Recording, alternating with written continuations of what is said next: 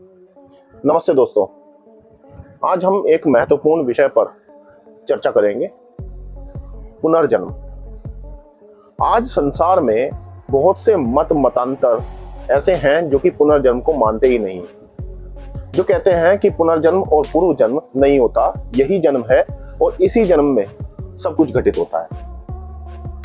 तो दोस्तों, क्योंकि हम सनातन धर्मी हैं और हम पुनर्जन्म को प्रमाणिक तरीके से मानते हैं, क्योंकि ये एक सिद्धांत है और ये सिद्धांत वास्तव में कर्म फल सिद्धांत को पोषित करता है।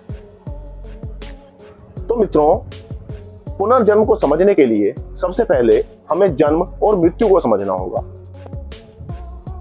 जन्म और मृत्यु को समझने से पहले हमें आत्मा और प्रकृति को समझना होगा, क्योंकि आत्मा और प्रकृति का संबंध हमें जानना होगा।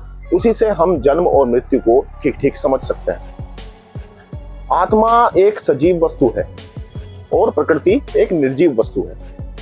जब आत्मा इस प्रकृति के साथ मिलती है, इस निर्जीव वस्तु के साथ मिलती है, तो वहां पर जन्म होता है। जैसे कि एक शरीर में जब आत्मा प्रवेश करती है तो उसे कहते हैं कि इसका जन्म हुआ है। अब इसे और साधारण तरीके से हम समझ लेते हैं।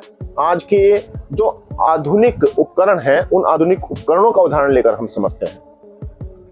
जैसे कि एक टीवी है, टीवी के साथ में एंटीना भी कनेक्टेड है, टीवी के साथ में सेटअप बॉक्स भी कनेक्टेड है, लेकिन टीवी तब तक नहीं चलता जब तक कि उसमें करंट प्रवाहित ना किया जाए।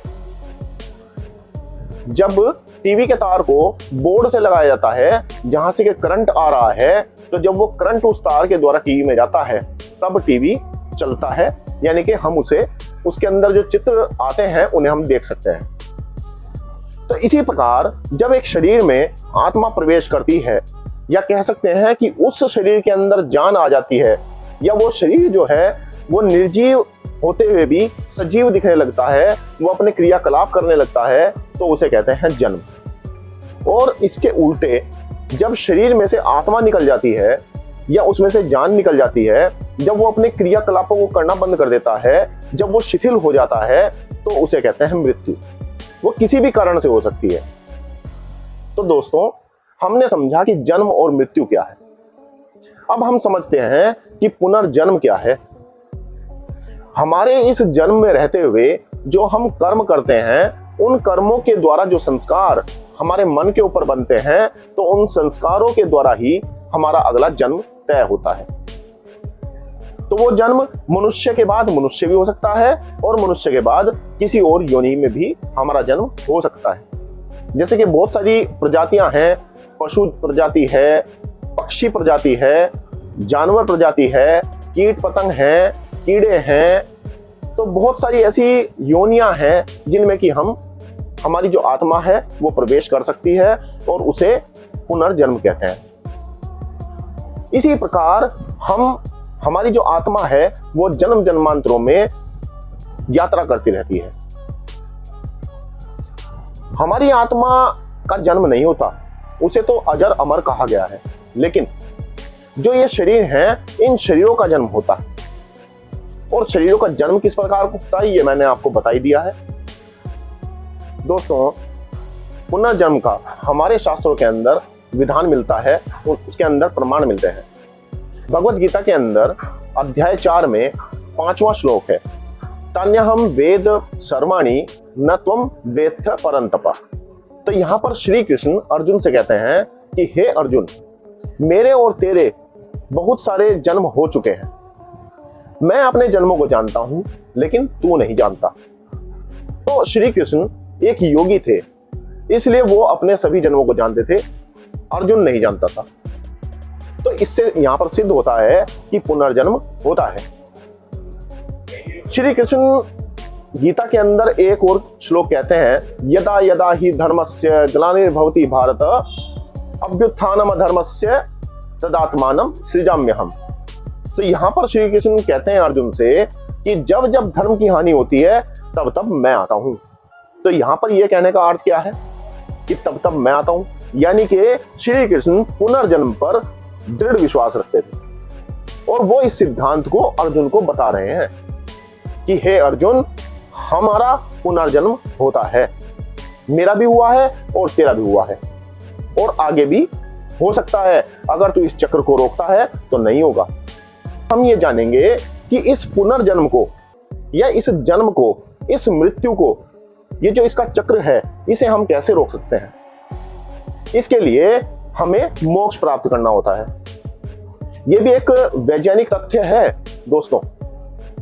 हम और आप क्या समझते हैं कि मोक्ष प्राप्त करना एक पौराणिक कथा है, और यह केवल एक पौराणिकता है जिसे कि लोगों ने अंधविश्वास के रूप में अपने भीतर स्थापित किया हुआ है। लेकिन दोस्तों ऐसा नहीं है। मोक्ष होता है। क्यों? क्योंकि जब जन्म होता है, मृत्यु होती है, पुनर्जन्म होता है, तो मोक्ष भी होता है। मोक्ष का अर्थ है कि सभी दुखों से छूट जाना। इस शरीर में आना भी एक दुख है। इसे आप मान सकते हैं जैसे कि शरीर रोगी हो गया तो हमें दुख हुआ, शरीर किसी वस्तु से टकरा गया या इसका एक्सीडेंट हो गया तो इसमें जब चोट लगेगी तो शरीर हमें दुख होगा। हम इस शरीर के द्वारा दुख का अनुभव करते हैं। तो इन सभी दुखों से पहले हम निवृत्ति पाते हैं, और जब ये दुख छूटते जाते हैं तो एक अंतिम दुख जो कि ये शरीर है, ये भी छूट जाता है, और उसे कहते हैं मोक्ष। और इसका प्राप्त करने का तरीका क्या है? तो दोस्तों, इसका प्राप्त करने का तरीका ये है कि जब हम कर्म करते हैं तो उन कर्मों के संस्कार बनते हैं, और उन संस्कारों के द्वारा फिर हम कर्म करते हैं, और फिर उन कर्मों के द्वारा हमारे विचार बनते हैं। उन विचारों से फिर हम कर्म करते हैं, फिर हमारे संस्कार बनते हैं, फिर हम विचार बनाते हैं, फिर कर्म करते हैं, फिर संस्कार बनाते हैं।